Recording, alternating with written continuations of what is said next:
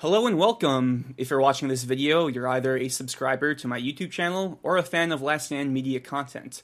With me is a very special guest. He's the executive producer of Last Stand Media, co-host of the largest PlayStation podcast in the world, Sacred Symbols, and also the co-host of the new podcast, Punching Up, about all things Nintendo. I'm here with the legendary, the amazing, the deadly, and the biggest fan of PlayStation Plus Premium I know, Dustin Furman. Dustin, welcome. Thank you so much, man. What's going on, man? Thank you for having me. Of course, I'm here on behalf of Jim Ryan to represent PlayStation Plus, PlayStation Productions. Shout out Twisted Metal, just doing gangbuster numbers right now. But no, for real, thank you for having me here. I'm excited. Always love. I've said recently you're an OG of the Last Stand Discord server. And someone I've always thought was very funny and creative. And so I'm very, very pleased to be on your content. Thank you so much, man. I really appreciate those kind of words. I'm going to try to, tone down my character for this professional interview. I'll try my best. So first off, just tell us a little bit about yourself. Like, what's your day-to-day at Last Stand Media? And, yeah. Sure. So, as you know, but maybe the audience doesn't, we all work remote. So I'm in Western Pennsylvania, which is cool. I live in a small town just a little north of Pittsburgh. And so, yeah, we're all remote work. So I work from home. And so as far as my day-to-day, my weeks are kind of weird and lopsided in that they ramp up from, I guess not lopsided because, a lot of important stuff happens at the end of the week. But for us, especially, like, starting Wednesday night, like, today is not really a busy day for me until this is when Defining Duke records. So there's a lot of production work at night for that. And then tomorrow we roll into Sacred Symbols, and that's practically an all-day affair with how long it is. And then Friday, there's a lot of post-production work, getting Sacred Symbols ready to post. And then if I'm on Constellation, too, that records Friday, and that can be another 3 hours. So it kind of like ramps up. And usually my Mondays and Tuesdays are more simple depending on what's going on. Though sometimes we fit in episodes. I mean, we always are recording stuff almost every day of the week. I'm just not always on it. Like this week we did our Twisted Metal episodes 1 and 2 thing earlier this week, and we're going to do some more of those. But so yeah, it is a job that requires my attention at least a little bit every day, which can be a little taxing sometimes. That it's like sometimes you're working 7 days a week, sometimes you're working less than that, which is great. But I would not trade it for anything, just because I understand that it's a very difficult and desired job to have, and so I never take that for granted at all, even when it's stressful. Yeah, and speaking about your journey with Last Stand Media, how did you come to ask Colin about the opportunity to be, because you're first an editor before becoming a co-host, right? Right. Yeah. So it's really funny how it worked out, because it just it's not necessarily was like a weird circumstance, but I was working on my own website with our producer Ben called Handsome Phantom, which is still the HP podcast still going on, still rocking. Obviously love that show, even though I'm not on it anymore. But we were doing our own website, and we were going out to E3 that year. And Ben, as you know, Radec, at least, that he was the mayor of the hometown that I live in, like legit. He was the mayor. We went out, we campaigned, we did all that, So Ben reached out to Colin and offered to do Fireside Chats, was a show that he was doing at the time, just interviewing people that he found interesting. And so that was my initial connection, is that I went along with Ben to that interview and just kind of hung out and touched base with Colin, which was cool because I was a listener of his for many years, probably.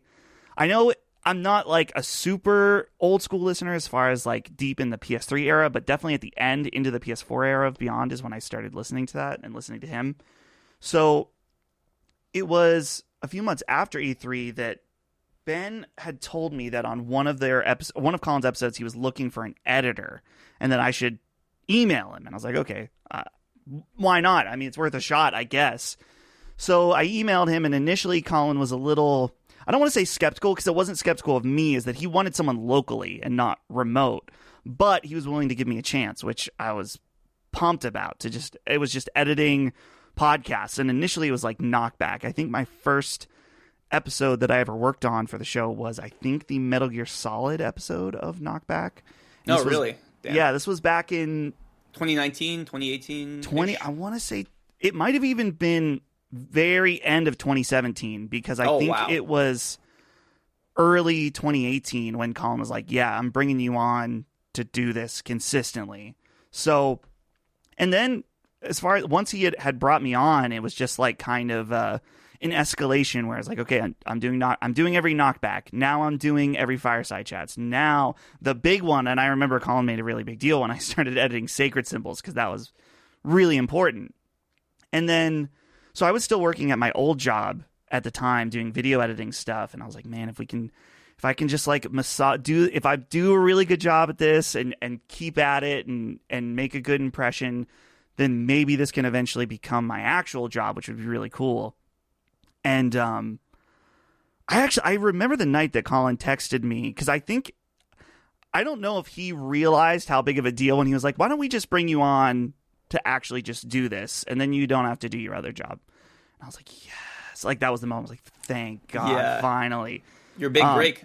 Yeah, it was the huge break. I was like, thank goodness. Like, it was, exactly what I was hoping for to happen. And then, I don't know. Like I said, it continued escalation from when we rebranded the company, and he made me executive producer, to eventually being on Sacred Symbols, which was crazy. Like, it was never a goal of mine when I started working for Colin that I'm like, I'm going to be his co-host on Sacred Symbols. I was like, maybe my wildest dream was that I'd be able to start a new show under his banner, but never had ambitions to be on Sacred Symbols. So he saw something in me, and I will always be thankful to him for that, just because, it's really tough out there to get out there and do your own content. And so he really, really helped me out and gave me an awesome opportunity. So that's the medium length story. So not short, but not the long version.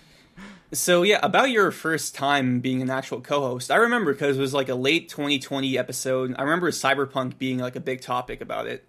And when I saw the description, it's like, oh, we're joined by another co-host. I'm like, oh, wait, what? Okay, interesting. Because I usually like my podcast to have at least 3 hosts. Because with 2 hosts, sometimes, like, if they both agree on a topic, it's like, oh, you guys kind of sharing the same perspective. So once you have 3 people, like 2 people might agree, 1 person might disagree. This offers a more interesting conversation. So I just want to ask, like, how nervous were you before recording that first episode? I wasn't nervous on the show itself, just because I had a lot of experience podcasting up until that point. And it's always nice that, like, after that episode came out, and even now still, like, people on Punching Up will leave a comment. They're like, wow, Dustin's a real natural at podcasting. I'm like, no.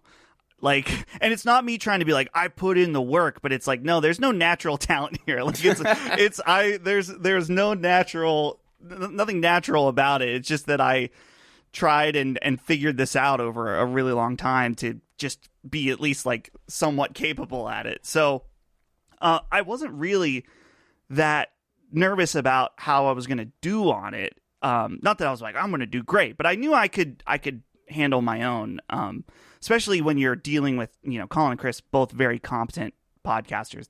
That carries a lot of the weight too, as far as other people also being versed. So my main thing I was nervous about was just the reaction to a third person on the show. It doesn't matter if it's me or anybody, is that Sacred Symbols at that point was already a beloved show that was well established, had huge support, both just in views and listeners, but also financially on Patreon. I was like, this is, even if I'm good on it, there are people that are not going to like this, no matter what.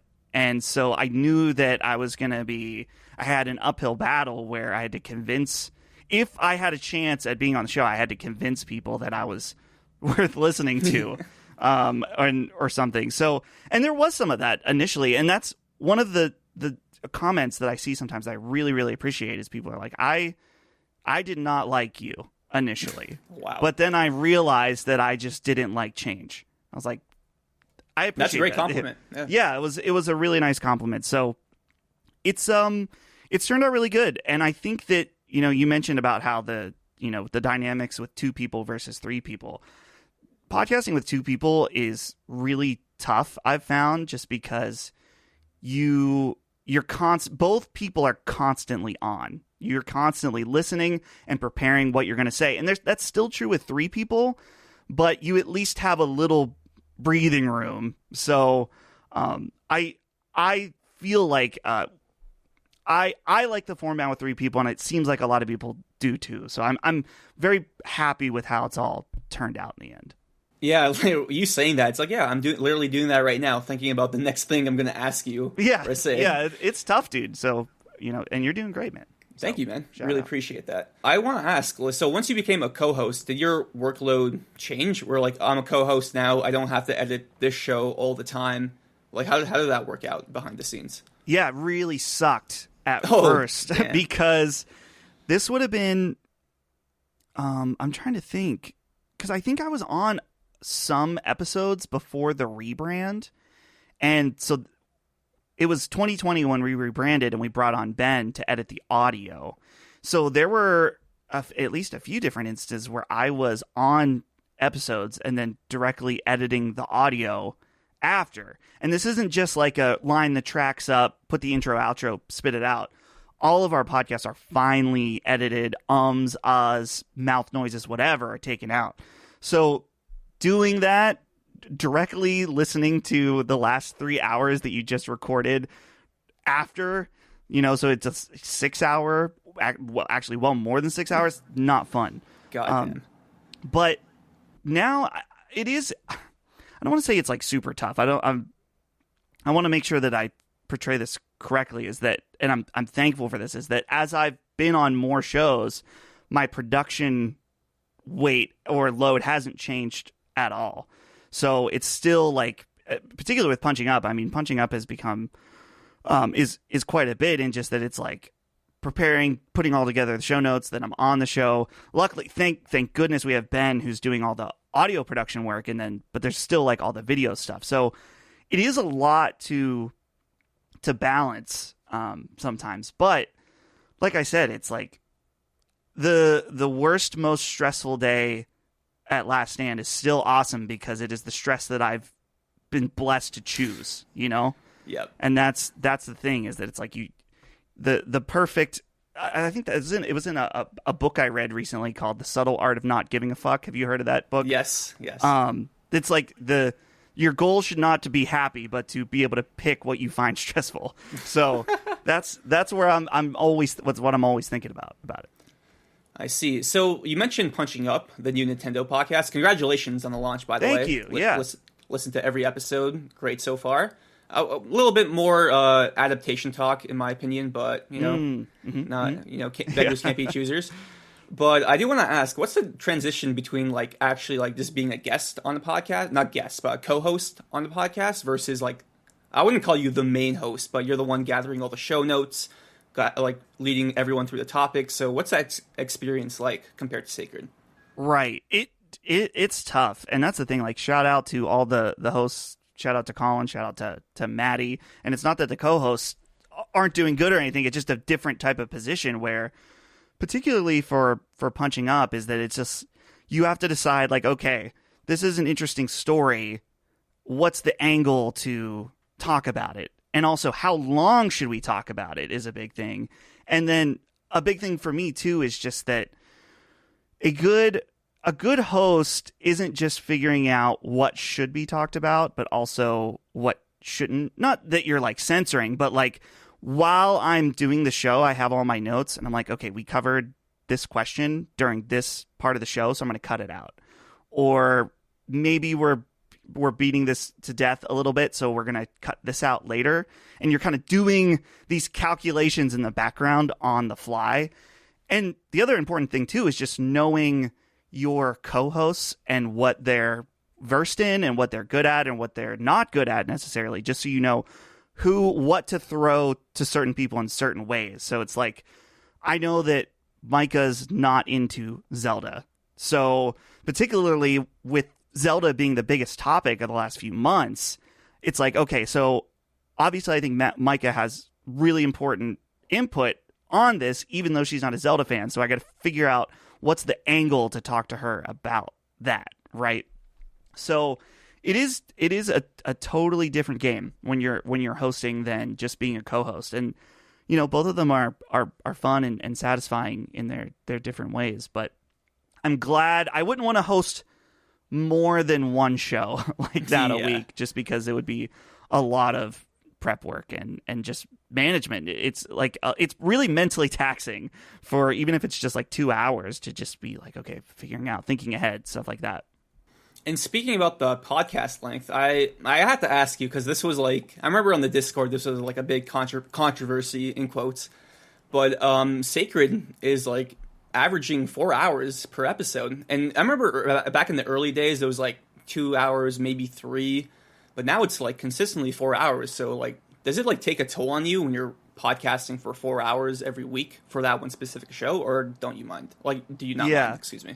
Oh, it is definitely taxing. It is, and it's one of those things that it's gotten tougher when you have a lot of production work afterwards too, where I wish I could have the mindset where we could finish recording and I could immediately do the production work and then just be done and not have to worry about it anymore, which wouldn't even be fully possible because Ben's process takes a lot longer than mine for the audio. So I have to wait for him to be done with certain things in order for me to be able to finish my work.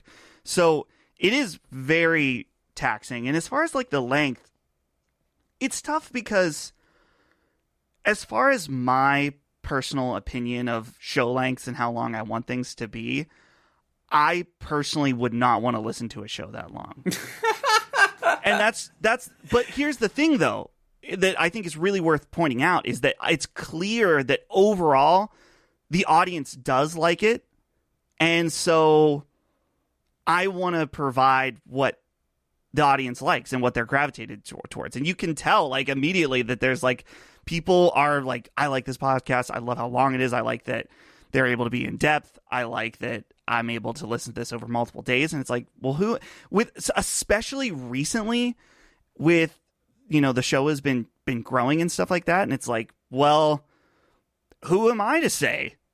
Because the show's doing better. And it's part of it probably is because it's longer. So I don't know, it's a complicated thing, I guess. Because like I said, it is taxing, and everyone has their different opinions on how long they want things to be. And of course we provide different ways for people, if they don't care about something we're talking about, they can skip ahead or whatever with timestamps. But so yeah, that's a complicated answer, but I hope that it suffices. That was a great answer. I don't mean to like, let me try to get Dustin to diss Colin about the showcase. Like, oh shit, no, I'm not doing that. No, I think he knows that like part of me wonders sometimes. I'm like, would it be a better show if it was shorter with less topics? But like, I don't know. It's one of those things where it's like, I would never want to mess with the success right now, because especially in the terms of content in podcasts, is that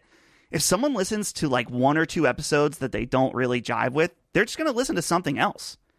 Because I know that there's certain like YouTubers and stuff like that they'll put out a few videos that I don't like, and then I decide to not watch them or whatever, and then the algorithm stops recommending it to me, and it's like I fell out of listening to that person just because I started to not click. So it's like I'm not gonna mess with that at all, And like I said, the audience is into it and likes it, so I think it'll continue to be the way it is for now. I do want to ask you, because you mentioned LSM is growing like monthly. Mm-hmm. How does it feel like one day LSM could have like 20,000 patrons? Like, how does that feel? Like, do you feel like you have like a weight of responsibility on you, or are you like, yo, that's fucking awesome, let's go? It's definitely, it's a bit of both, for sure. It's one of those things where it's like, I don't know if it really makes a difference from, obviously it's a difference in terms of like your financial support, whether you're having 13,000 or 20,000 people support and what you're able to do. As far as the weight of the pressure, I mean, when you're getting into the thousands of paying people, I don't know if that makes a huge amount of difference, but the growth, I guess, in general is definitely more pressure in some ways. It's like for an ongoing conversation that Colin and I have both on the show and off the show is like figuring out why things are successful and why people are coming to the show, because honestly, it's not always clear why that is. It's like, okay, are people drawn to this type of content right now because of there's more PS5s out there? So people are getting PS5s, they're looking for content to talk about the thing that they're into right now, so they're finding us. That's the growth. Are they being drawn to us because they're annoyed with situations, like, for example, the Hogwarts Legacy thing? That's something that when I've asked people, like, what do you, the audience saying, like, why do you think this is growing? Some people are like, I'm tired of listening to other podcasts tell me what I should and shouldn't do. And you guys are while you're very opinionated about certain things, you're the only ones saying, like, do what is right for you. And so it's just funny that something that seemingly simple seems to resonate with a lot of people. And, I'm glad that it is, just because that's the one thing I think that at least I think is special about our group, is that we kind of all are in that mindset where it's like, we're all going to have different opinions about things. We're going to feel different ways, whether that's about personal opinions, political opinions, religious opinions, whatever. But we all understand that that's good. Like we're all figuring out what to feel about things through each other all the time. And so I hope that the audience picks up on that. For sure. And speaking about growth, like I assume that like being on the biggest PlayStation podcast in the world has certainly improved like your Twitter followers, your Twitch followers, like everything, all your social media metrics have gone up because of that, right? Oh yeah, definitely. I think I've wondered recently if I've kind of like maxed out as far as like sacred symbols, like as far as my Twitter and Twitch and stuff like that. But yeah, it's definitely grown a lot, and it's it hits different when you're tweeting about something and there's a lot more people listening. So yeah, it's definitely grown a lot, and it's been cool. I mean, social media is always so complicated. People have, Yep. I mean, Colin and I have vastly different opinions about it, just in that Colin's always telling people to, disengage and how it's bad for you. And I think he's partially right in that it definitely can be toxic and bad for you. And you can start to think differently about the things you say based, you're saying things to see what is going to get certain types of reactions, and like, oh, I said this and no one cared about it, so maybe I shouldn't say something like that, or dealing with people that are, assholes or whatever, that just don't like anything you do. And so it's been cool having more people to interact with on those platforms. And I always just try to keep it like pretty light overall. I mean, every once in a while you throw out a hot take, but I always try to do it in a way that's fun to make people to, it's so obvious that it's stirring up, and trolling a little bit, that no one should actually be offended. To me, it's all in the matter of like how you use it. And it's like, yeah, if you fight with people all the time on Twitter, you're going to have a bad time. But if you're just posting and having conversations about video games or stupid memes, then it's great. I enjoy being on those platforms. So, but yeah, it's been cool and very humbling to have people come out and want to hear the stupid things I have to say about Kingdom Hearts or whatever on Twitter. Yeah, that's awesome. Like it's because you have like, well, I don't know the amount of Twitter followers you have, but like it must be like kind of scary sometimes. Like you tweet out something and then it could be like one random thing. You turn off your phone, you turn it back on, and then it has like 200 quote tweets, and like people are dunking on you. And it's like, what the hell? This was just a joke, right? So it must be kind of scary for that. Yeah, it's for the most part, that stuff like that doesn't really happen for me. Well, okay, the most recent time was when I was talking about Fallout 76, and that definitely stirred up some people for sure. And I knew that was going to. For the most part, usually if I'm saying something that is considered controversial, which isn't really because we're talking about video games, right? I know what I'm getting into. The weird part for me recently is just when someone, and I know that, you know, you've heard this from us talking about Sacred Symbols, is someone clips out something you say and then you get a bunch of notifications about it's like, oh, people are talking about you talking about Phil Spencer on Sacred Symbols. And then legit, I was so surprised by this just because I saw that there was like 2 or 3 of these Xbox podcasts that was like their main topic was this little thing that I said in Sacred Symbols was like that. The main thing they all wanted to talk about. I'm like, why? Is there nothing else to talk about other than just this guy said that Phil Spencer comes off as disingenuous? It's like, okay. So but the thing about that is that it's like, it's again, what I was saying before is that it's all about how you choose to engage with it. Like, I never try to interact with those people because they like try to bring you down to their level. It's like they want you to interact with them and fight with them or whatever. It's like, no, I'm just going to ignore this thread. I hit the mute and then just move on. I might make some jokes with people on Discord about it, and that's my way of coping with it, whatever. But at least that it's fun. Like, we're having a good time and joking about it. So it's crazy out there. Yeah, it's kind of a compliment in the way. It's like, oh, these guys are, you know, first of all, they're watching the content, so they're technically engaging. Mm-hmm. And they get mad enough because this guy just talks shit about, or not even talks shit, he makes a joke about Phil Spencer. Right. So you're kind of living rent-free in their head. So in a way, you're winning regardless. So, like, their end goal is kind of flawed, but yeah, you know, just take it's kind of a compliment in a way. It is I see that, and it's funny because some of them will point that out. They're like, he's just saying this to try to get people to make clips out of him and say blah blah blah. And then only thing that does when I see stuff like this, I don't want to say it doesn't like frustrate me to the point where I'm like, you know, like throwing shit on the floor and getting mad or whatever. But it's funniest to me when they're like, oh, well, he just is mad that he can't play this on PlayStation anymore. And he's just saying this because of, oh, if Sony was buying Square Enix, he would be happy about it. I'm like, dude, you are exposing yourself of having no idea of the things that we've said on record. Like, you have no idea.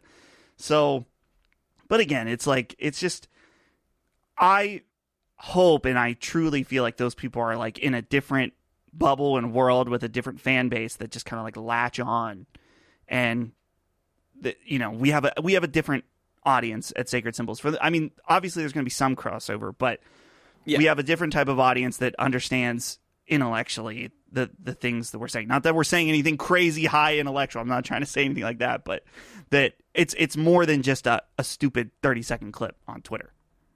Yeah, it's also funny because like most of these hardcore PlayStation and Xbox fanboys, what I found out is like they're like in their late 30s, mid 40s. It's like, and they have families. It's like, dude, like, is this what you do all day? It's like just go on Twitter and start fights. Like, yeah. Once I learned that, I was like, okay, like these people are just like kind of sad, you know. So like, and this is their outlet to express themselves, to have fun, I guess, at the expense of others. But right, I feel like it says more about them than the content they're making fun of. I've always appreciated that you've been tuned in to these people in the same way that it's like entertainment, right? Like you've always brought us some like interesting, like, oh man, can you believe this dude is saying this? And it really is when you start to look at it more, it's like, it is sad because it's like, what?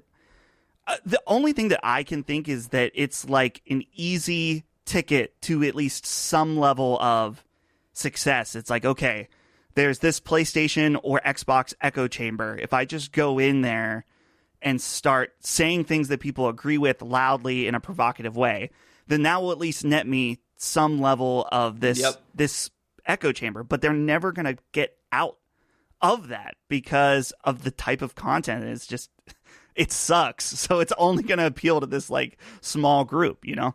Yeah, that's the problem with grifting, is like grifting can only get you so far, you know? Right. It's like there's always a threshold, and like once you hit that threshold, you're just never going to get bigger. And if you do, sometimes like people are just going to quote tweet your ass and just like roast you. Mm-hmm. So like all the like respect the little respect you might have gained is just like gone out the trash. Yeah. I do want to transition because Discord. So the Discord has been 3 years old now, which is insane to me. When he first came up with the idea of the Last Stand Discord, where it was like were Colin and Chris nervous about it, or were you nervous about it, or like, yeah, just tell me about the origins. I was interested in doing a Discord because at the time we really didn't have very much control over where our fans could go. They could post on the Patreon community page. They could post on a subreddit that we didn't create. Oof. Or there were a bunch of Facebook groups that we didn't create. And so we wanted to have some kind of place that we could point to. Like, if you are deeply connected with the content, and you want to find other like-minded people that also like the content, this is the space. And so part of it was when we just realized, it was like, oh, Patreon has a feature where you can make it a Patreon perk to be part of the Discord, which that was one of the initial things. And I'm not saying this as a diss on Colin. He just didn't know much about Discord at all. That he was like, I'm not surprised. He was like, why would we want it to be connected to our Patreon? Why don't we just create one and then people can kind of just do whatever? And I'm like, no. Like, not only do we want it to be, we should put it behind a Discord, but we also like initially should launch it for $10 patrons and figure things out, and then open it up to $5, because it's gonna be insane. And we can't, I don't know, people have a lot of different opinions and thoughts on this. Our Patreon or our Discord is like very loosely moderated, but we're able to do that because people are paying to be in there. So you like filter out already a huge amount of people that would need to be moderated. And then at that point too, it's like, usually if something is going on that needs to be moderated, we have enough people that we've been around in this Discord long enough. We know are good people, and people will let us know if something's going down. It's like, yeah, we need to take care of this or whatever. And it is funny too, just because obviously with Colin being the head of the company, and we're a very, we're not a libertarian group, but it's very much, do whatever you want. We let people very say laissez-faire. Yeah. So it is funny when we come in, sometimes we do moderate people. People are like, I thought this was America. I thought this was Last Stand Media, where you could say and do whatever you want. It's like, no. Like, that's one of the number one things too, is that when we specifically moderation in the memes channel or whatever, it's like, we have to still make sure that people are abiding by Discord's terms of services. So like, we're definitely gonna, and the thing too is that our rules are, the number, we always, people make jokes about our first rules, like, don't be an asshole, which is like kind of vague, but it's one of those things that's like, there's certain people, it's like, dude, you constantly are getting in fights with people, you're arguing in bad faith, you're doing all this stuff. It's like, you can't do that. It's just like, there's almost like it's like a for the good of the server type rule, So, but I guess to round that out, or back to the original thing about our server, is that it's been way more, I guess from a business standpoint, a bigger tool than I would have expected, is that people see the Discord as something that's worth paying for, worth being at the $5 tier. It's like that extra retention tool where it's like, oh yeah, I love this server, I love the people in it, I like the content, I'm definitely staying because of that. And it's cool because I know that like other companies like us have servers. I'm in one of them, and it's or I'm in a few of them just like secretly or whatever. Not secretly, not that I'm like being like a lurking. Yeah, I'm lurking around, and so I'm happy of like the health of our server. The amount of engagement is just insane. And obviously our server is not going to be for everybody. It's a pretty like crude and crass place. There's but it's good. I love the community we've created there. And the thing in particular, one last thing, since I've been talking about this one topic for a while, is just at live events, it is like so cool to see people from our community meet each other and then become friends in real life and be able to hang out. And always people, one of the most common stories I hear at live events is people say, yeah, I came here by myself and I thought I was going to be alone this whole weekend. But then like the night, not even the day of the show, like 2 days before the show, I met this person at the hotel from the Discord server. And then we ended up hanging out and doing all these cool things together. And I'm like, that's exactly it. That's what it's all about, is like if Discord can kind of be that point for a lot of people, that's super cool. That's one of the most rewarding things for me. Yeah, so I met so many lifelong friends in the Discord. Like, it's funny because a few weeks ago, two of them came up to Toronto, and we watched Barbie and Oppenheimer. Dude, We did a double showing, and it was like finally great to see like two of them in person, and like that was like a cool feeling. So like I'm always thankful of the LSM Discord for that. You know, like the way I post, you know, I like to I like to have fun. Let's put it lightly. right. But it's all in good faith, right? Like I have no beef with anyone in the Discord, obviously. Like if I told any of my in real life friends, like, yo, I'm beefing with this guy in Discord, I'd be like, what the fuck's wrong with you? Like, right. You know, it's like, dude, that's the thing, is that there are a few instances where I've seen people where they're trolling a little too hard in a way that comes off as serious. If anyone took you being serious, then it's definitely not on you, man. I've always thought that is like, yeah, when I can tell when Radec is having a good being time, me? and yeah. So no, I think you're good, man. I do want to ask you this before you move on to more general gaming topics. What's like the most frustrating thing about being a part of LSM? And I'm going to have a guess for this. It's when people ask you to tell Colin something. That is something that I try to not get frustrated about, because I get it. I totally understand. Colin is elusive. He's not necessarily easy to get a hold of. But it when you're like doing a Twitch stream and like, you should tell Colin this. It's like, dude, I'm playing Mario 64 right now. Like, well, I'm not. What do you want me to do?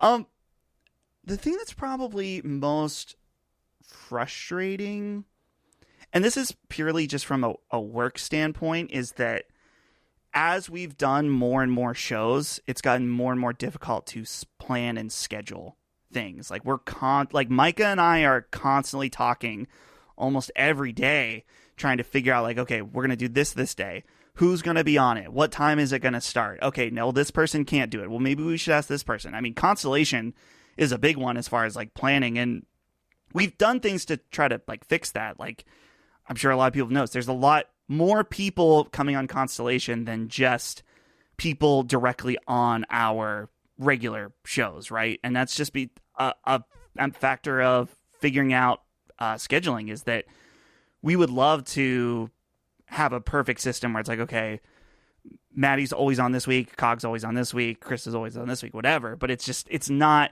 since our company is made up of people that do their own stuff for the most part, outside of me, Micah, and Ben and Colin, that's always been the thing. It's like, okay, how are we going to figure out who's going to be on what? So we get through it, and Micah does a great job.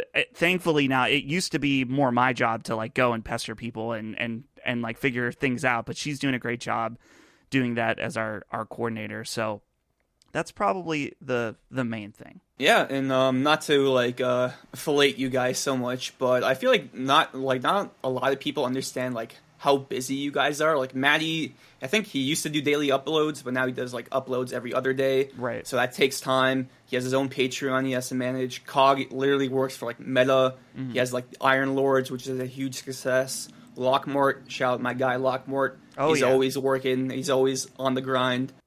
So, Gene working for the Washington Post. Right. So it's like, it's actually kind of insane, like the amount of work you guys do, even though it's like remote work in quotes. Right. Work is still work, right? So it must be kind of not frustrating. It must be. I guess it must be frustrating when people don't quite get that. Yeah. Well, that is. I don't know. It's one of those things I always try to have like be like, okay, they only see one little side, what we decide to put out. They don't see everything. But there is an element where it's like, a great example, the Final Fantasy 16 spoiler cast. Maddie was not on that, and we wanted Maddie to be on it. Maddie himself wanted to be on it, and we had even pushed it back multiple weeks to try to figure out a time where we could get him on it. And then eventually it was like, we got it. We just got to go. We got to do it. And these things happen where it's just like, and you know, it's not like Maddie's fault. It's not like you couldn't make the time. It's just that the times that worked for the core of everybody then didn't work for Maddie, and then it's like, well, Maddie could do this time, but then this person, Colin, can't do it or whatever. So, or he's like recording Defining Duke that day or whatever. So these things happen. It's like, yeah, we're always trying to make the best possible lineup or the best possible thing happen. It just is not always possible. Awesome. So let's switch gears. Since you are the co-host of the biggest PlayStation podcast in the world, let's talk PlayStation. Sure. Shout out to Mystic, that's his tagline. I didn't even do that intentionally. I was like, oh, let's talk PlayStation. So, I just want to do like a general gut check vibe for this generation. Sure. PS5 came out November 2020. We are in August 2023, so almost 3 years. So, what's your gut check for like this generation of PlayStation? How does it compare to the PS4 generation, which in a similar time would be from November 2013 to August 2016? Yeah. So I think this generation has been really good so far, even if it hasn't been crazy, I guess, in some ways, because we've gotten some amazing games. Destruction All-Stars. Destruction All-Stars, starting off with a banger. With a banger with that one, but like it's been a really weird generation just because of the nature of it being cross-gen for so long, and it's not until really now that we're starting to see even third parties, like that Remnant game was recently finally a current gen exclusive with PS5. But even at the same time, we're still seeing some companies like EA, and now they're like, oh yeah, Respawn's working on a PS4 version of Jedi Survivor. God. So it's still holding on to the PS4 to some degree, and I get it that it was a weird time to release the PlayStation 5, the supply constraints and stuff like that. So in some ways, it feels like it's still kind of just getting going 3 years later.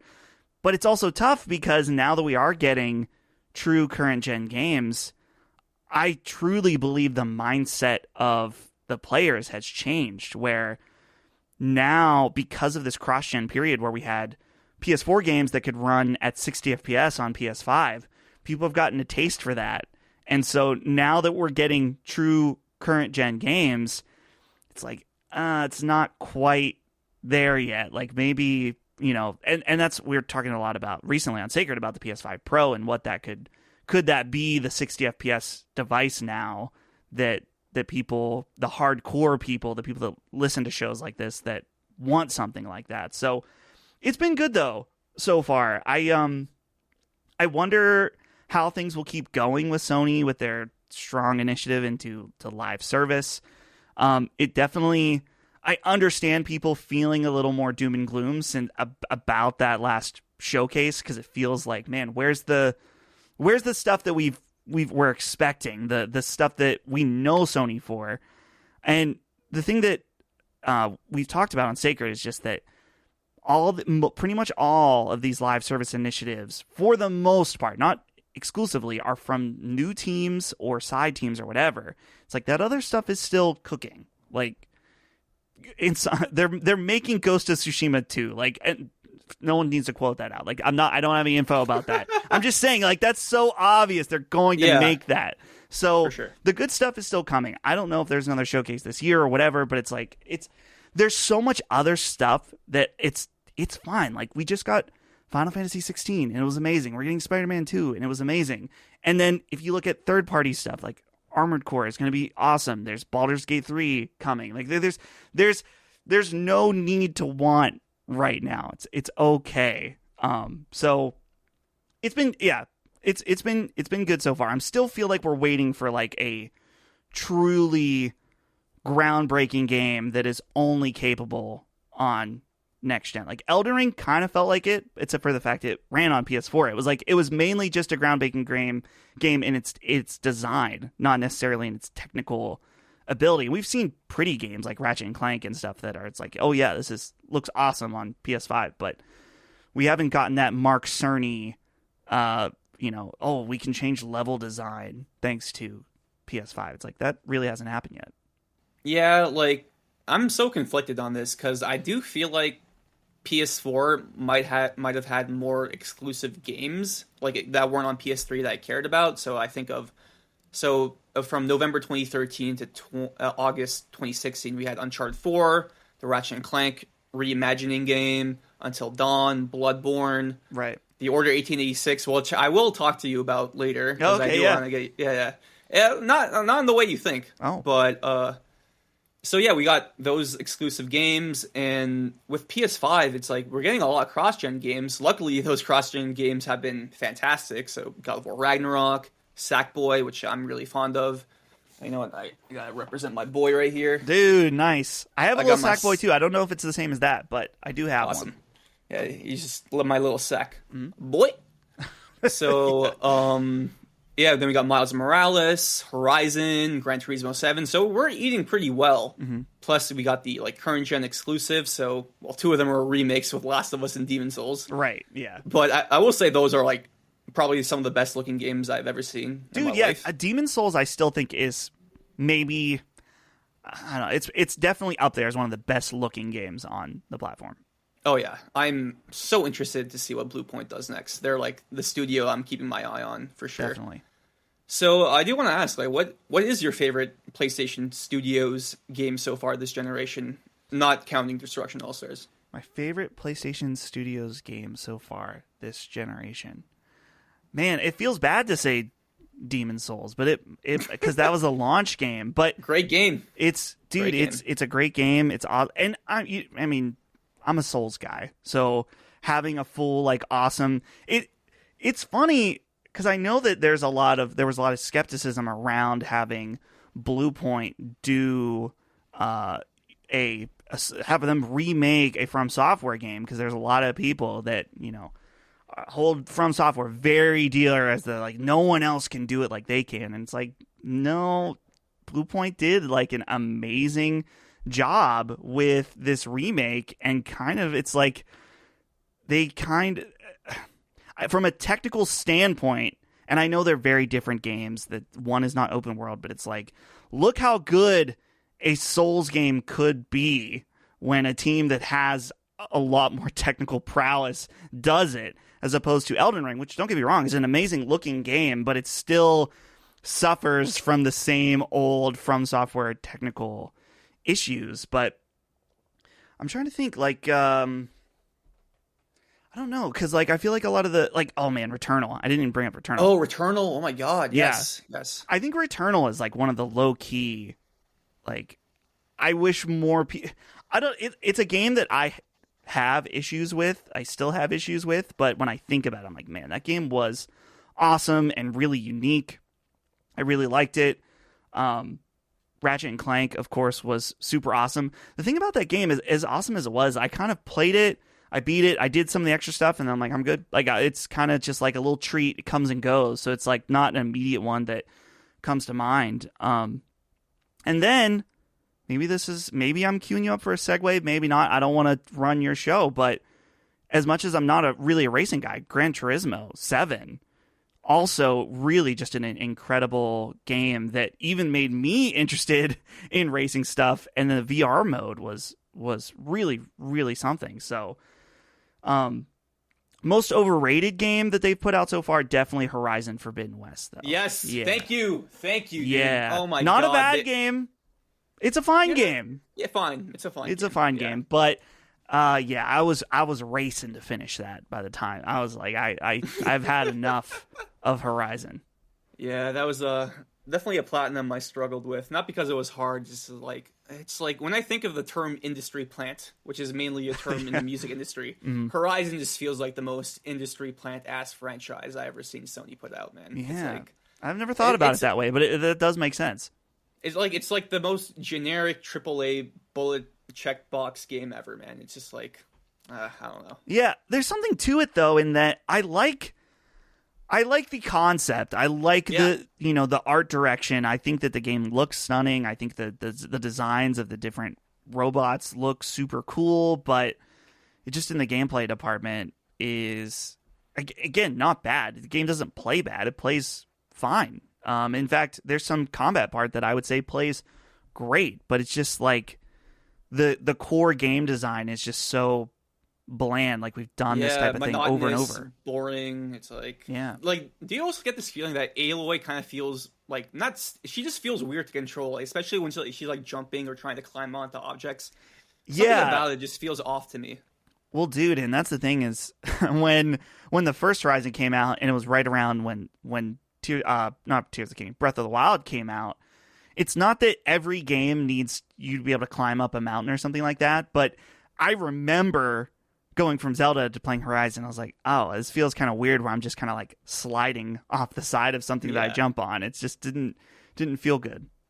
Yeah, it's funny because in the Forbidden West, they kind of try to have it both ways. It's like you can climb on way more surfaces, but you still need to turn on your focus to see all the yellow lines on the things you can climb. So it's kind of redundant in that way. I don't know. Like, I could complain about that game for like an hour, but actually, I do one more Horizon question. Oh, sure. You got something? No. Ask the Horizon question, and I just want to shout out one game.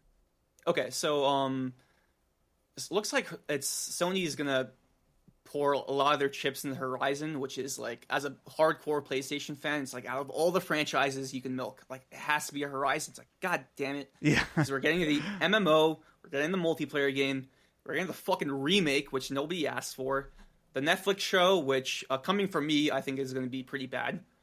Horizon 3, it's just like this constant Horizon for like the next 5, 6, 7 years guaranteed. And how do you feel about that?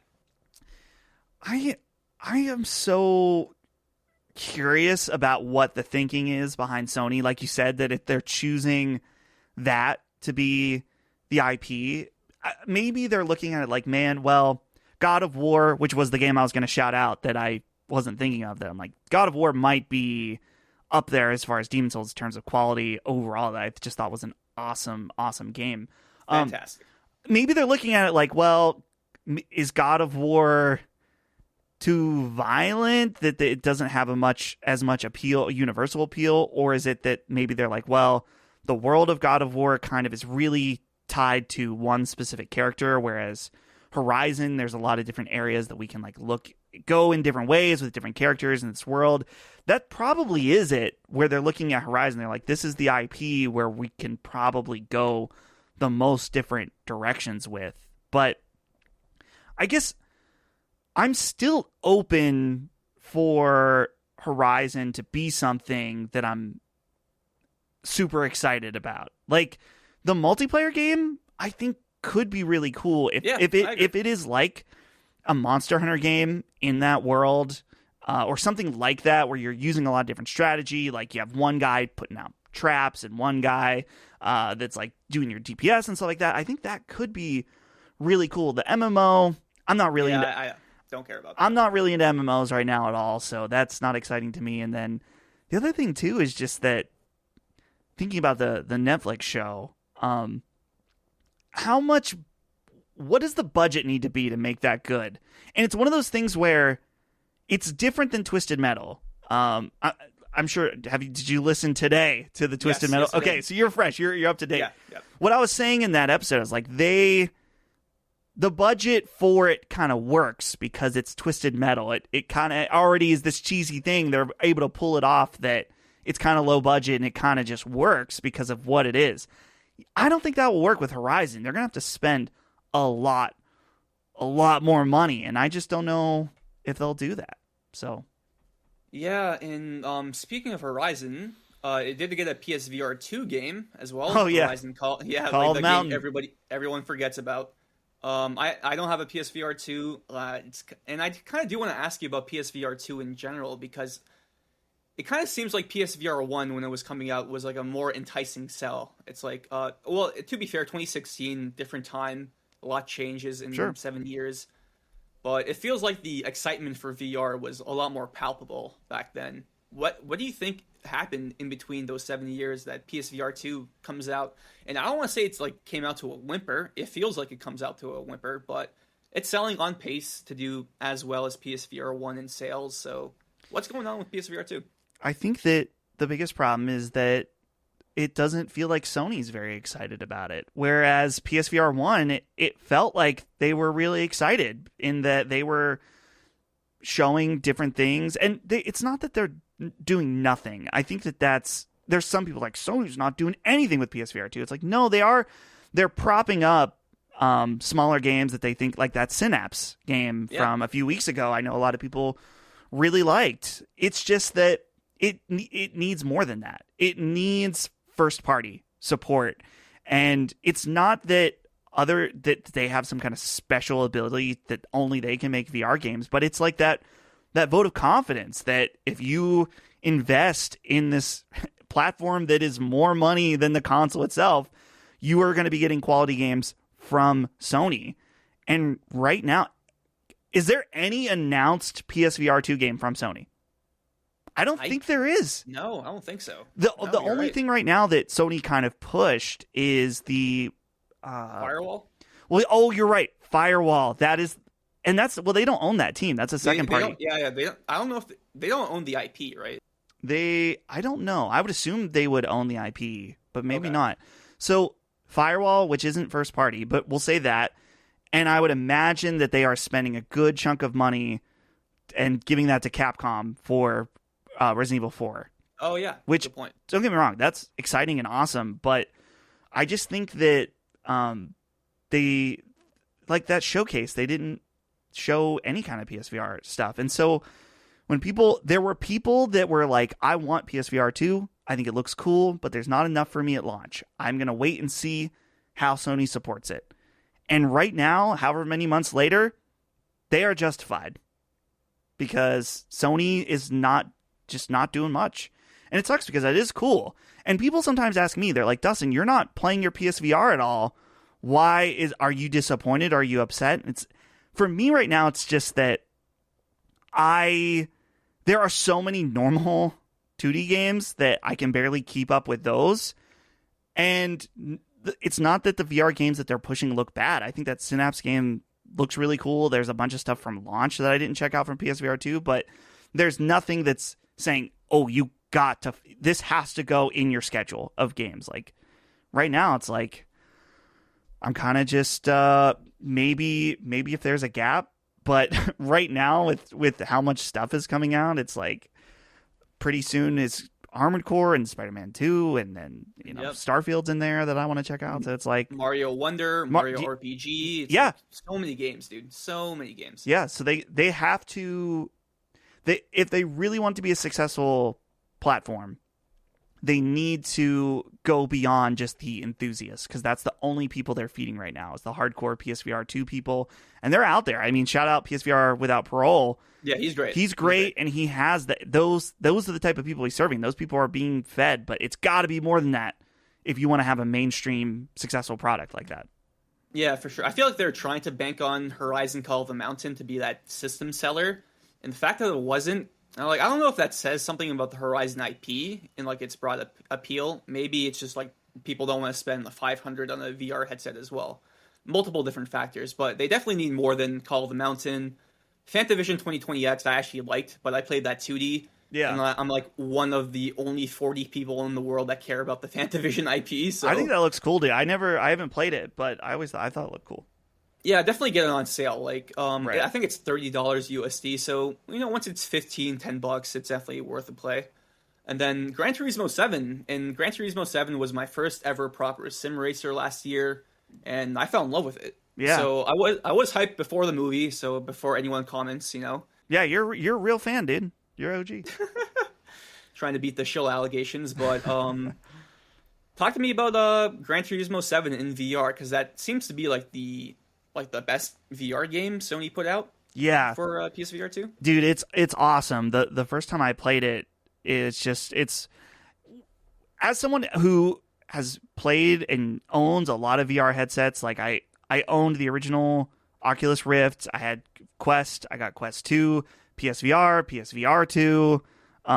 Yeah. So I've it's one of those things where you eventually get kind of immune to that magic feeling of VR because you've played enough VR, but yeah, GT7, man, when you play it with the racing wheel, it's an entirely new thing where you feel like your brain creates the like inertia when you're going around corners, and you're looking around, you're trying to see the cars around you, looking in rearview mirrors and stuff like that. It's it really is incredible. And the fact that it's the whole game too, that it's like hey, the whole game is VR. It's not a mode.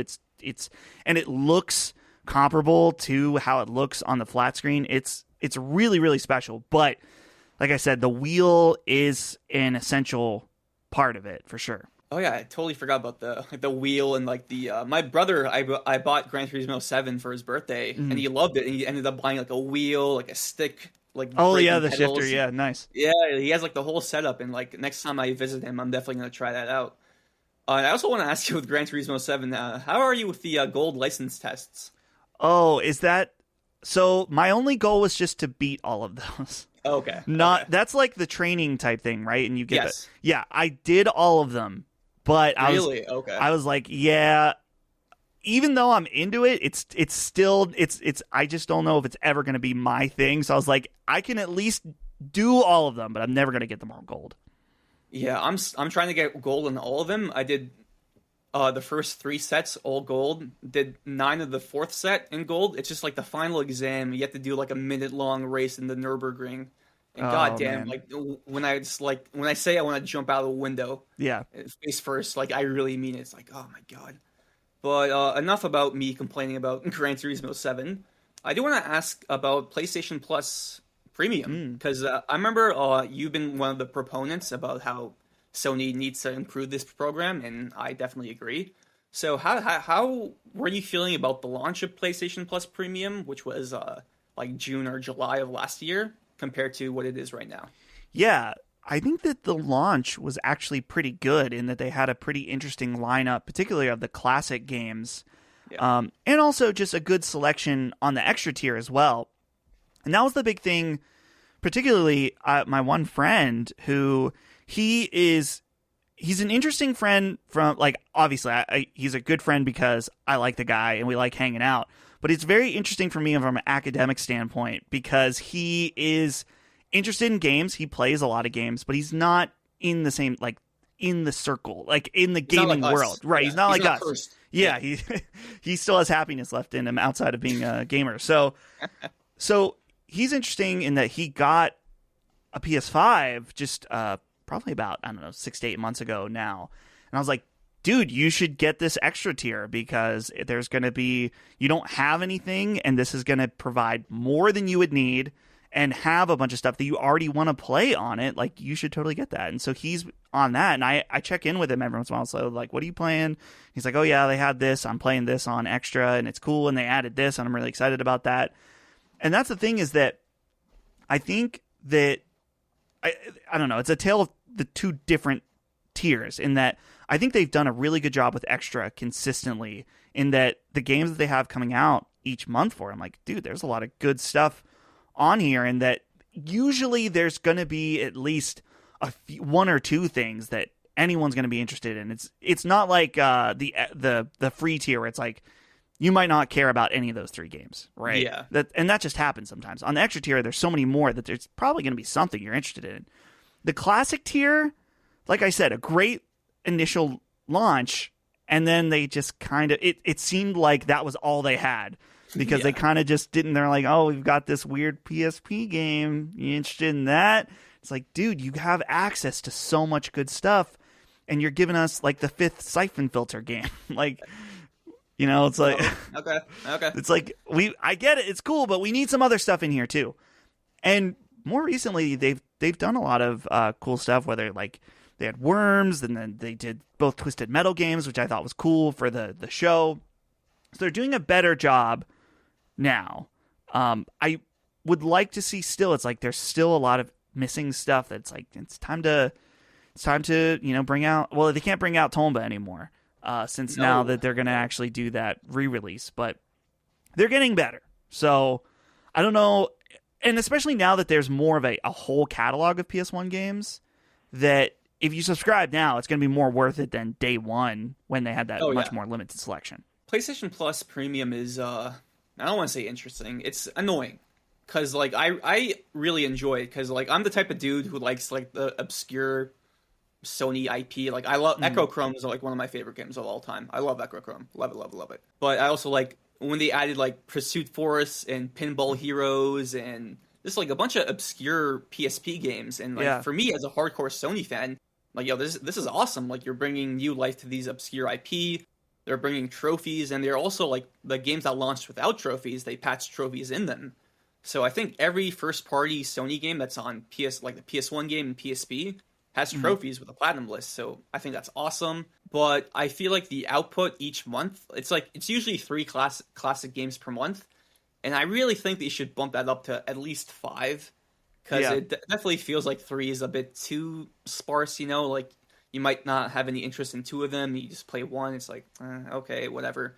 And that's the thing. Sony, like people don't understand that Sony has so many classic games, man. So many that they could easily pump out like 5 a month easily. Like I know that's like 60 games on premium, but they definitely have hundreds of games they can mine. So yeah. Well, and the thing too is that they just need to.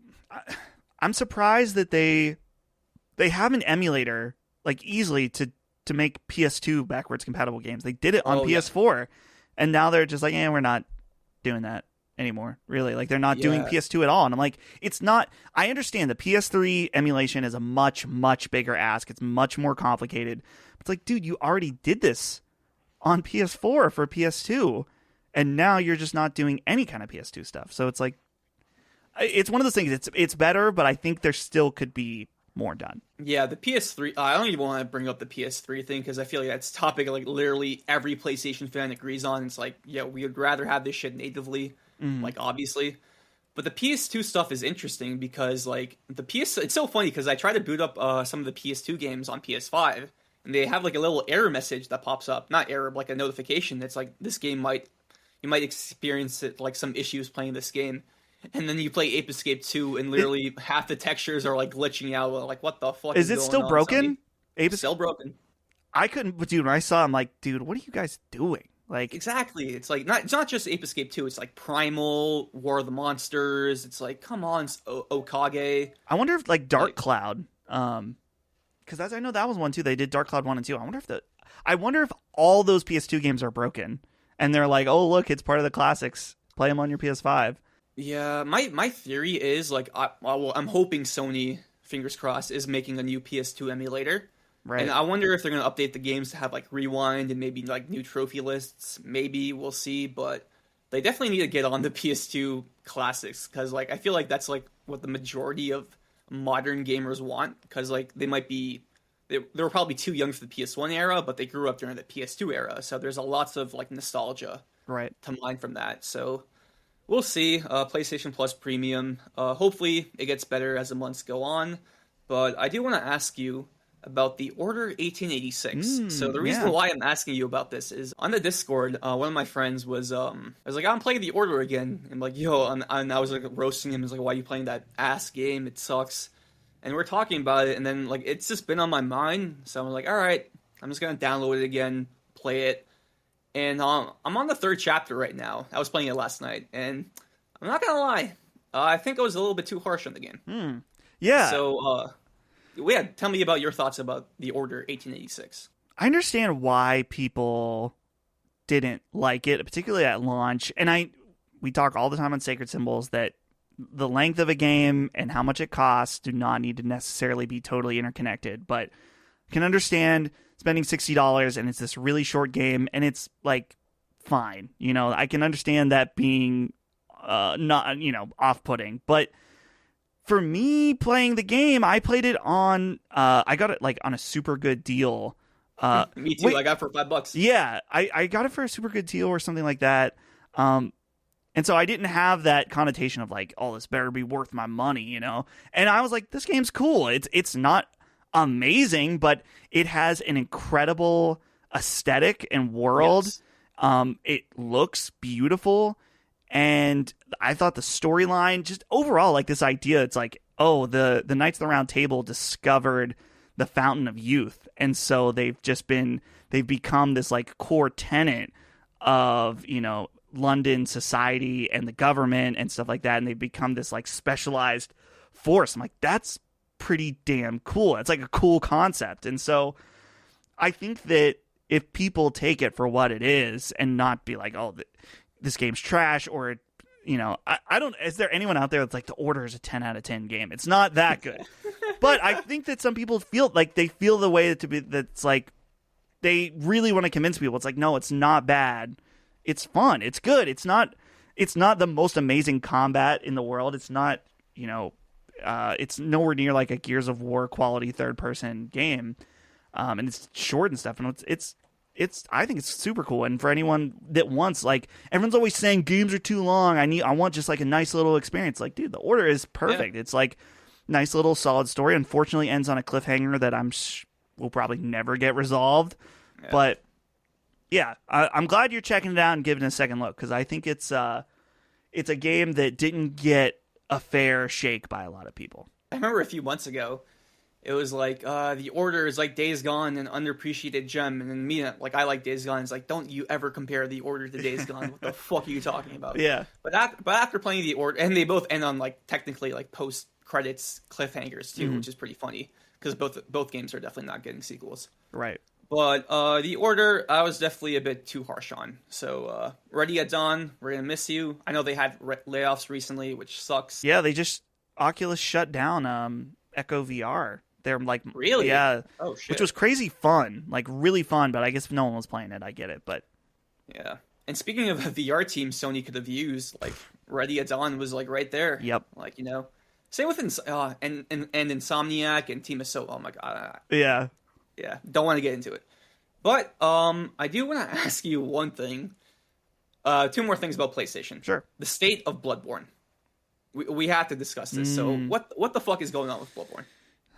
I think it's so confusing in that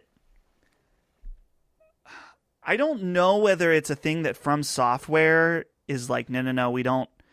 It feels like Sony doesn't have total control, or something where it's like, let's say they wanted to do a 60 FPS patch. I'm wondering if it's like, we need From Software to do that. And From Software is like, we're not doing that. Or something like we're working on other stuff. And Sony owns that IP, and it sounded like a few years ago that there was something stirring around that they were going to do something, and who knows, maybe they are, maybe they aren't. But I was thinking about that. It was either yesterday or today. It's like, when is the 10-year anniversary of Bloodborne? Because that was what, 2015? 8 years ago. Yeah.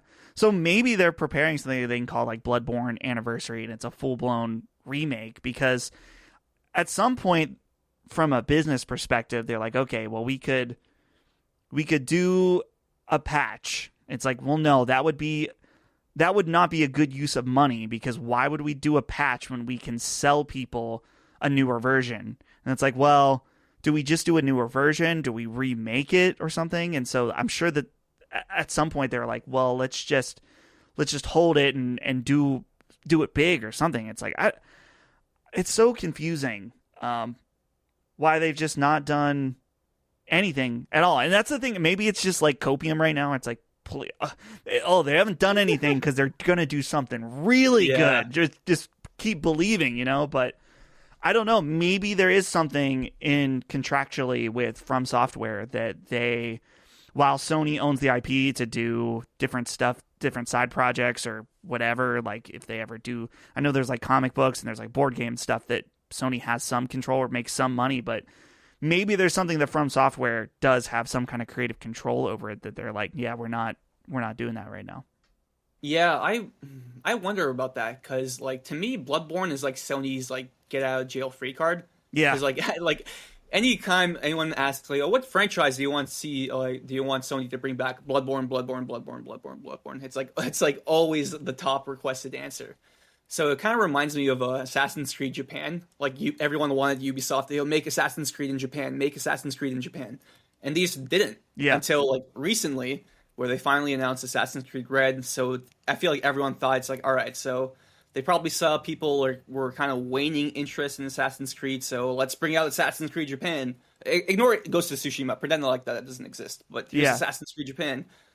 But to go against my own theory, Assassin's Creed Valhalla did sell like, I think it is the best-selling Assassin's Creed game. Oh, so that's unfortunate. Yeah, don't even get me started on modern Assassin's Creed. But I feel like I do agree with you that it feels like it's too late to do a patch. Right. So I feel like a remake is possible because if they do a remake, they can easily port it to PC as well, get that double dip. Mm-hmm. And I wonder if you agree with me on this because this is the most Radec thing to say. I understand, but let's say PlayStation Productions wants to mine Bloodborne for like a movie or a TV show. Yeah. That could be I feel like if that ever gets rumored, leaked, or announced, then the chances of Bloodborne PS5 go way up. Oh, definitely. I just, the thing for me with Bloodborne, thinking, if they do a show, I know people are so tired of me saying this, but it has to be animated. I just think that seeing, first of all, the amount of CG and the amount of budget you'd have to put into making all the different beasts and stuff look good would be a lot. And I just don't know about, like, when you see someone in a hunter outfit in cosplay, I guess it's kind of cool, but I just also think that it would be so much dorky. Yeah, it's just kind of weird. So I could see, dude, I think, you had posted about the Dark Souls Netflix anime or something being a possibility. I think that sounds cool. I think that would be the way to do it. But you're right in that if we did get any word of that, that would be the surefire ticket. It's like, okay, they're going to do something because, PlayStation with that synergy, they're all about that. All about that synergy. Mm-hmm. And it's funny you say animated because head of PlayStation Productions, Asad Kizilbash, did say they do have at least one animated project in the works. So interesting. People, like, I thought it was going to be, is that like, they're going to do Ratchet and Clank again? Or are they going to do something with Sackboy? Because Sackboy is in the PlayStation Productions intro tag, which warms my heart because, like, I don't want to see Sackboy go away. Right. Or they could do something with Astrobot. But you saying Bloodborne or even Demon Souls at that part, like, I feel like that's, like, the one IP everyone would, most hardcore Souls fans would be, if it's animated, it's all right, sigh of relief. If they announce it's going to be live action, everyone's going to be concerned. Like, who are they going to get the director? Unless it's like Del Toro, then everyone's going to be like, all right, we're in good hands. But if they get like someone like, Michael Bay or some shit, it's like, oh my God, The weird thing is that, so as much as we've talked about games being games and adaptations being, or movies being movies, is that the thing about Bloodborne is that the story barely happens while you play it. It's that you're discovering the story of what happened before. Kind of like BioShock. Not quite to that. I mean, there's a lot more that happens during the game of BioShock than Bloodborne, where it's actually kind of like you're just kind of going through from point A to point B and seeing what's happened to all these different people and these beasts and these different locations and figuring out, like, okay, what happened to this place? Why is there this like healing church and this specific type of what happened with this beast or this guy? So doing an animated show, I feel like would have to be radically different. Like, it almost, like, not radically different, it just wouldn't be like beat for beat like the game. That like wouldn't make sense at all. It'd have to be like, this is the origin of what happened to Yharnam or something like that. Or we get like the hunter voiced by Troy Baker and his best friend Nolan North. It's like, oh my God, dude. I love those guys. I love Nathan Drake. I love Joel, but I don't need to see them in every project. You get the moment where the hunter says, "I think that the disease is bloodborne," or something, and then that's like, and then it like burn. It shows the title and stuff like that. Oh, he's right behind me, isn't he? And it's like Amidala just trying to grab you or some shit. Yeah, that'd be good. Let's do it. Okay, so I guess I do have to ask you about this. PlayStation Productions, yes. The new Sony venture, first formed in May of 2019. We're 4 years into their existence. We're 3 projects in, with Uncharted, The Last of Us, and Twisted Metal. So I just want to get your feeling on all 3 of those projects and how you feel about PlayStation Productions as a whole and their future. Yeah, so this is part of what I was saying today on the day of recording on our Twisted Metal episode, is just that they're doing much better than I expected, even if the stuff hasn't all been something that I like, right? Yeah. Like, that Uncharted movie, my grandparents saw it, and they're like, they liked it. So it's like, that's a success, I'm sure that's, and now they're not the type that are going to go out and buy the Uncharted games, but I'm sure there are a lot of people that were like, whoa, this seems pretty cool, and there's a video game, and that's neat. And I'm sure the same thing will happen with Gran Turismo in a few weeks, that people will be like, oh, dude, I gotta check out this game, or this is another reason why I want to check out PlayStation 5. And so they've done a surprising job in just that.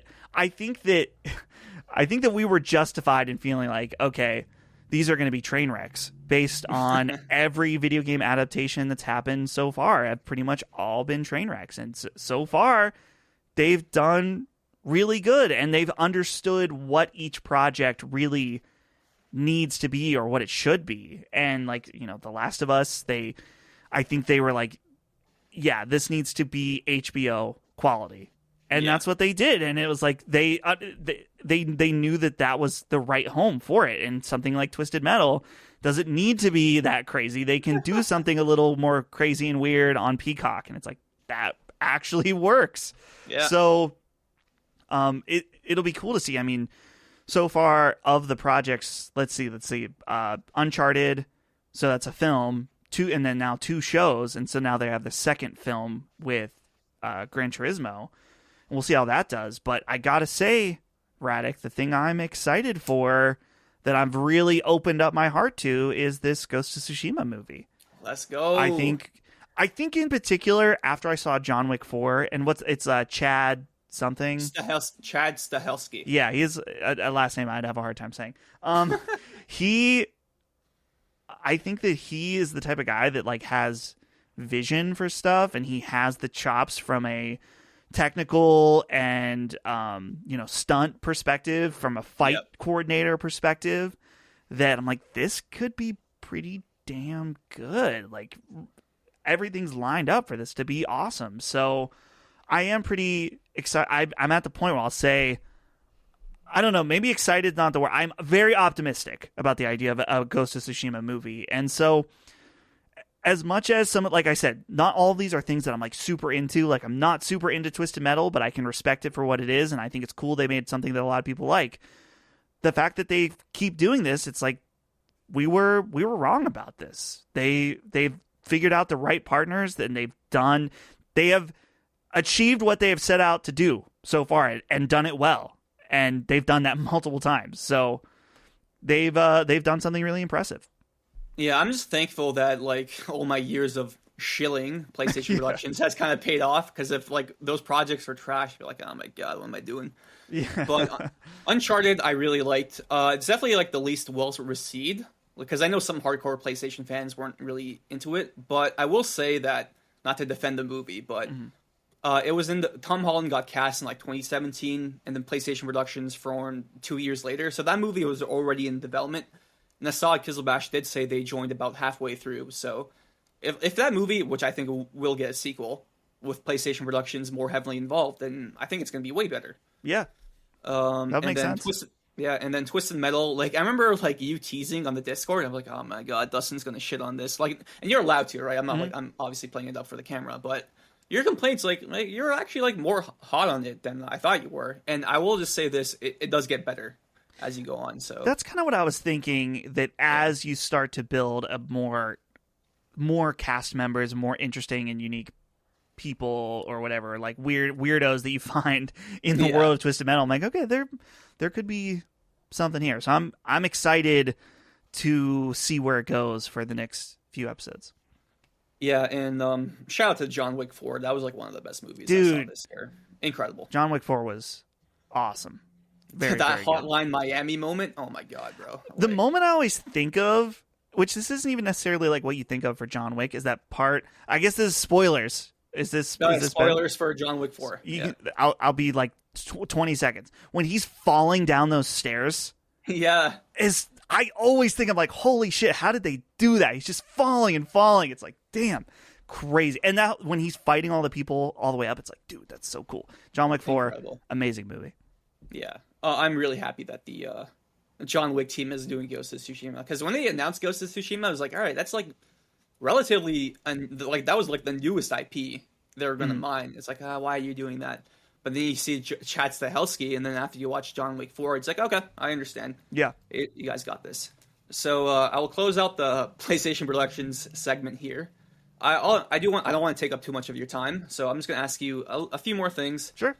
I do want to ask you, since you do co-host a Nintendo show. Yeah. Nintendo in 2023. They're just too successful, bro. Like from the Wii U to the Switch, I'm like, that's probably like the biggest comeback story in gaming history. Dude, Nintendo, they're in such a good spot with their consumers overall in that a large portion of them don't care about technical aspects of the product. They just don't, like, it does not matter that Tears of the Kingdom or Pikmin 4 or whatever is 30 FPS. They just don't care. And they just care if the game is fun and good. Yeah. And that's why I've, on Sacred, I was like, I feel like I've learned something that a game doesn't have to be 60 FPS. Like, in the past, I've been pretty staunch about that. It's like, it has to be 60. I don't want to play it. And it's like, no, it's like, how does it feel when you actually play it? You know, it could be better. Like Tears of the Kingdom, I'm sure would be more fun if it was in 60, but or a more enjoyable experience. But it's like, it's okay. So there's that aspect of Nintendo fans that just don't care, and then there's the hardcore Nintendo fans that it's like, okay, so we're getting a remake of Super Mario RPG, which is cool, and I'm pretty sure, like, it's funny because I think you could argue that it's low effort, but it's one of those, it's like, people want that. They want, even if it is just like pretty much the same script, same gameplay, but it's all in 3D and there's some new, some light new stuff.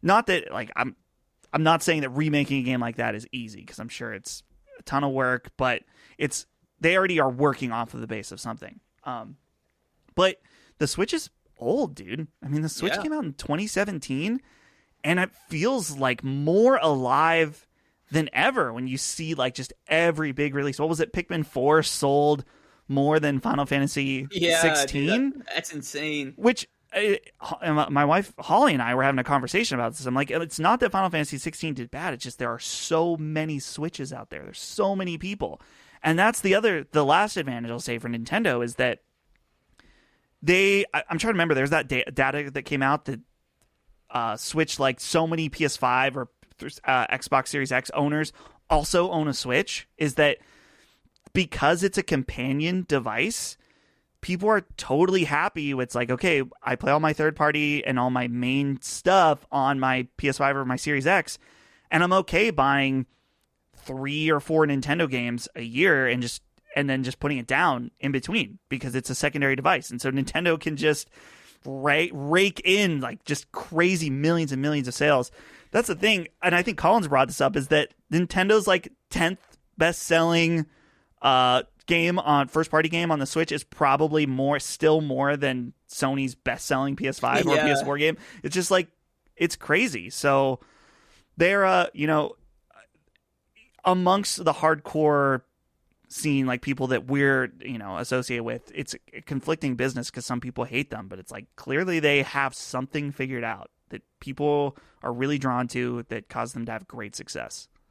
Yeah, Nintendo is just like saying they don't miss is not true. It feels like they don't miss. Let me put it like that. It just feels like they're always on top, which I have always respected about them. I recently got a Nintendo 3DS, and let's say hypothetically, like, I found the program called HShop. Hypothetically. Sure, course, yeah. Yeah, I would never do something like that. No. Reggie's not even there anymore. Whatever. Yeah. So, like, and just looking at their catalog of games, man, it's like, some of them did get ported to Switch, which is funny, but it's like, yeah, this company is just, like, incredible, dude. Like, they really are, man. It's really something to see. They understand, like, fundamentally, I think sometimes about, like, you're playing a game to have fun. So let's design the game to be fun. And that's something that I think that it's such something so basic that I think in particular, whether it's like Western development or not even just Western development, but just like other companies, I think sometimes lose sight of. And obviously, like Ubisoft. Yeah, definitely. And that's the thing, is that Nintendo, it feels like they don't miss. I agree with that. Like, thinking about particularly their first-party games recently, are just all awesome.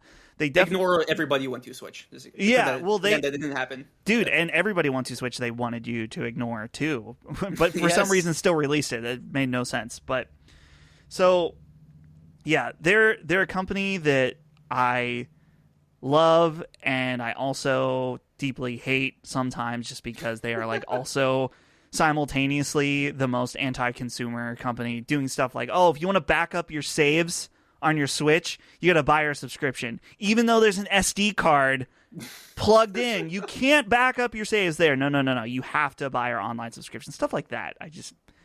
I'm not down with. Yeah, and to close out this Nintendo segment, I do have to ask, we recently got the report from VGC, Switch 2, reported to release second half of 2024. How are you feeling about it? What are you expecting from the Switch 2? Do you think your Nintendo profile with all your games are going to carry over? Backwards compatibility? I know you touched on this on Punching Up as well, but have your thoughts changed? No, the only thing that's changed recently is just that I'm a little concerned about in that rumor that the Switch would launch with an LCD screen. The new Switch would launch with the LCD screen. And I'm like, oh, that's so disappointing. You gave people this premium screen with the Switch OLED, and now you're trying to save money for launch to bring the cost down to only have an LCD version. It's like, dude, release 2 versions. I don't care if one's more expensive. Like, that's the thing about games that are so weird to me, is that people spend $1,000 on an iPhone. They spend $800 on an iPad. But when it comes to a game console, it's like, oh, it has to be $500 or under. It's like, and I understand, like, they want to make sure these are as affordable as possible. Not everyone can do that. But it's like, dude, it's like people are spending money left and right on all their other technology. But when it comes to games, suddenly it's like, we got to have this hard cap. I've always found that to be weird, but I'm just concerned that Nintendo, and even from a technical standpoint about the backwards compatibility thing, I think they'll try to do their best with making your accounts move over, but someone, and I'm glad on our last show I brought up a listener said, like, well, why can't we just play our Switch games on the Switch? I'm like, that's a kind of a good point, and something that I've felt before. It's like, we want games to live on for as long as possible, but at the same time, there's this thing. It's like, not every device can play everything. We shouldn't expect that of something that at a point, if we want technology to progress, we got to let it move on. And so I would like the next Switch to be backwards compatible. I'm not holding my breath though, just because I'm always prepared for disappointment with Nintendo. Like when they were like, oh, there's going to be the beefed up Switch, and then it's like just Switch OLED. It's just a better screen. It's God, like, dude. All right. Yeah, I'm just prepared for that. So, just any predictions on price? Predictions on price. Let's see. Switch launched at $350. I would imagine it would be $400 for sure. Oh yeah. Just from inflation standpoint, but I think that they like being cheaper than Series X and PS5, so I don't think they would want to go up to $500, especially if the PS5 is getting a price cut. So I would definitely think it would, $400 sounds about right to me, that it would be more than the price of the Switch at launch, but not quite to the point. $450 sounds like a little scarier number for something like that, but at the same time, dude, they're looking at Steam Deck, which is nowhere near as big, but I'm sure it's part of the equation where it's like people are buying the most expensive Steam Deck. And so I would love, dude, if they had the base Switch 2 that's $400, and then they have like Switch 2 OLED, and that one's $500. It's got a better screen, it's got more internal memory or something like that. Give people the option that want to spend a little more money. I think that would be ideal, because I know a lot of people would be willing to do that. So I know I would. Yeah, like, I am very interested to see what they're doing, because, like, even if they price it at $500, put Mario Kart 10 on there, it's going to sell, regardless. Yeah. Yeah, so absolutely. Yeah, especially, like, you bring up the Steam Deck, and every company is doing it, like Asus or Asus. I don't know which one is which. Yeah, and is it ROG or ROG? for the ROGLI, ROG. I'm like, which one is it? I hear both all the time. I hate that name. Republic of Gamers. Republic of Gamers, yeah, dude. Oh my god, man. Makes me want to jump out of the window. I'm waiting for my fake 4K device, TCL, the TCL handheld. They're doing one, the TCL handheld? No, probably not. Dude, I would believe it there for a second, dude. TCL, man, probably plays that shit in like 540p or something like that. Yeah. I stayed with you long enough, but I do have to ask you 2 more questions. Sure. I will apologize in advance, but I did take a look at your Letterboxd. Uh-oh. And I do want to ask you specifically about 2 movies. Sure. And they're not video game adaptations, I promise. So Titanic, you gave half a star. Yes. Explain. So I don't take Letterboxd super seriously. Like some people take it really seriously. And I made that rating a few years ago when I was thinking I need to rate every movie I've ever seen. It's been so long since I've seen Titanic, I don't even remember it really at all. Okay. And I just thought, I'm like, Cameron's kind of a dick. Half a star. And for all the hype around Avatar, half a star. And then what's funny is between now and then I saw Avatar Way of Water. I'm like, that was pretty good. That wasn't bad.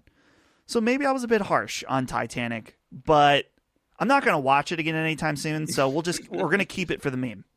All right. Sounds good. And the second movie, you gave Memento by Christopher Nolan 2 stars. 2 stars. Yeah. I didn't like that movie. I saw it in college and I remember not liking it. And to be honest, I don't really remember why I didn't like it. I don't know if I thought it was like too confusing or something like that, but so probably a little harsh on the 2 stars for that one. But yeah, one of the things about Letterboxd in my mindset of it is that I want to use the full scale. So as opposed to like a 3-star movie is, I don't know, I think about it as like, that's average. That's pretty good. I would maybe watch that again, maybe not. I can kind of take it or leave it. But if I didn't like Memento at a time, putting it at 2, it's like, it's not bad, but I didn't really like it. I don't want to watch it again, and there's better movies to watch. That was like a lot of people. One of my most contentious reviews, which I definitely stand by, is for The Lighthouse, which I didn't really like. So that's the A24 movie, right? Yeah, with Willem Dafoe. So the meme. Okay. Mm-hmm. I still haven't seen that yet. It's all right. Okay, I'll take your word for it. Speaking of Nolan, since we mentioned Memento, you talked about Oppenheimer on the Twisted Metal spoiler cast, which felt like it was like a Oppenheimer power hour for a minute there. But I also watched the movie and I thought it was fucking incredible. Like for like a 3-hour movie, that's just like people walking, and talking. Yeah, it was like perfectly paced. Like, and you mentioned Avatar. Like Avatar was also a 3-hour movie, and that has like way more action. But there are parts in Avatar I was like, all right, like fucking let's fucking go on. This is kind of boring. So just a quick rundown of Oppenheimer. And do you think it's like Christopher Nolan's best film? I think that from a technical, like overall perspective, yes. It's like very cohesive, like you said, very well paced. It's not my favorite. Like I still think I prefer Interstellar just because I love that story. I love the different elements it brings into it. But I could feel like Oppenheimer is just like, I love the way. Okay, so I guess I'll get into a little spoiler. So I guess spoilers for real life history. Yeah, spoilers for real life history. Something that I really liked was there's a scene early on where he's talking about physics with someone. He's like, there's a lot of people that can read music, but they can't hear it. And the question is, can you hear the music? And then there's like part when it's like he's laying in bed and you can see that he's like, it does like these cool effects where it shows like he's thinking about like quantum particles and stuff like that. Yeah. And I just love the way one other thing is that why I think the movie is like so masterful done is just that it never like and the moral at the end is like, okay, Oppenheimer did this thing that he clearly enjoyed being at the very forefront of science and doing this thing and being able to do it in a way that he was in control, but at the same time he harbors this is like incredible guilt or like guilty conscience because of what his work created. And I feel like there's so many ways that they could have been like, see, look, he feels bad, which they do. I mean, it's not subtle in some ways, but I guess it's not ever portrayed in like super heavy-handed dialogue. Particularly the scene where they're in the bleachers. There's the bleachers and he's giving the speech and stuff, and yeah, incredible scene. Amazing. So yeah, probably just from the perspective of like the craft of filmmaking, it's his best film. But I think I still like Interstellar a little more. Oh yeah, like we're comparing like goats, you know. Oh like, yeah, it's definitely, like, yeah, definitely. Like, Nolan, like to me, other than Tenet, hasn't missed. And I haven't seen Memento, so who knows? Maybe it's good. But yeah, like another thing about Oppenheimer, and I don't know if you thought the same thing. Anytime Albert Einstein showed up, it felt like a Marvel movie. Like, oh it yeah, felt it's like like Nick Fury coming out of nowhere. Yeah, which is pretty funny. Dude, right. Well, okay, you heard the show where someone, when they mentioned, he's like, oh, it's a senator named John Kennedy.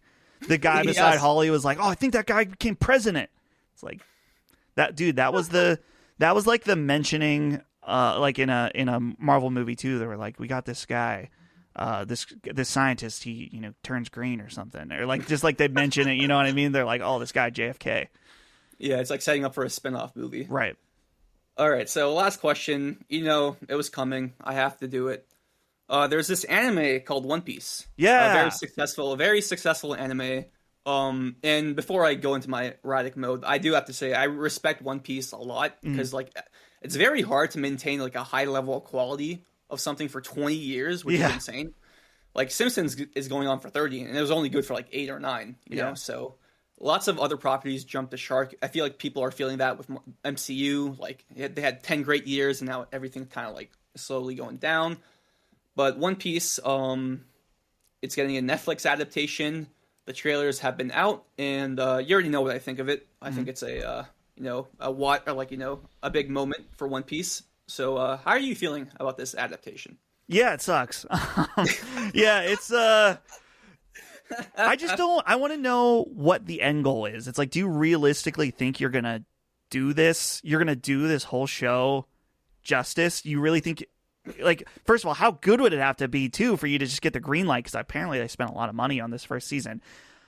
To give credit to it, the things about the trailers that do have me interested is that I think the casting overall is really, really good. When I see Zoro, I'm like, that is like the best I think they possibly could have done. When Sanji, I think, looks really cool.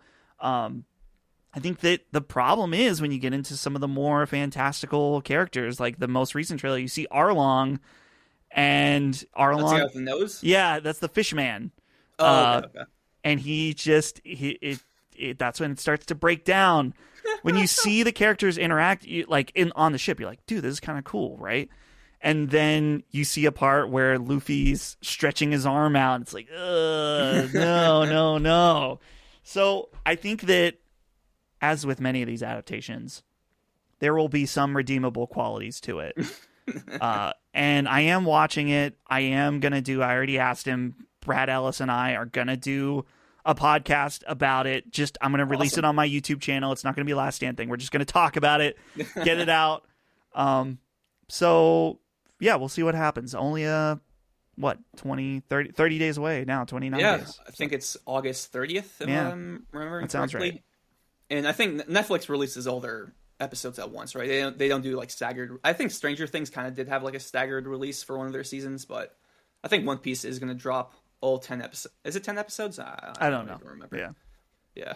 You probably want it to be as few as possible. I understand. Yeah. Well, that's the thing, is that I think they're only going to do the first big arc, which, they're just kind of scratching the surface of what this show, unless they start really condensing things, which is possible. Yeah. So one of my good friends is like a huge One Piece fan, and like the way I talk to you about Netflix One Piece, I also talk to him about Netflix One Piece, and you both share very similar thoughts. So I do plan on watching Netflix One Piece with him, and just to see him pause at every scene he hates and complain, and he's going to complain to me, which I'm totally fine with. But exciting times. Dustin, I've kept you for long enough. I apologize for that, but this was a great conversation, dude. I really appreciate you coming on here for my first ever interview from my channel. Yeah. Really. So It's quite the honor to have you out of all the guests. So thank you once again, man. I really appreciate it. Dude, no problem. Thanks for having me. As I said, I've always appreciated you. I think you're an awesome dude. I always find you to be super funny, and I'm happy you're out here doing your own thing because you got the chops for it. So thanks you. I'm honored to be your first guest, and hopefully many more to come. Thank you, man. I really appreciate those kind words. And before we go, just let everyone know where they can find you. Yeah. So on Twitter, I'm at Dustin Can Fly, and that's where I am. What I'm at on Twitch and stuff like that. And then of course, Last Stand Media on YouTube and Patreon, where we do sacred symbols and all that good stuff. Constellation, Punching Up. Definitely go check out Punching Up. That's the main initiative. Go check out Punching Up. Yeah. Leave a comment as we're trying to grow the show. So yeah, everyone watching this, go listen to Punching Up. Yeah, sacred symbols, give or take. Punching Up for sure. Yeah. Oh yeah. So thank you, Dustin, once again. Thank you for everyone watching this interview, and I'll see you guys next time. Peace out.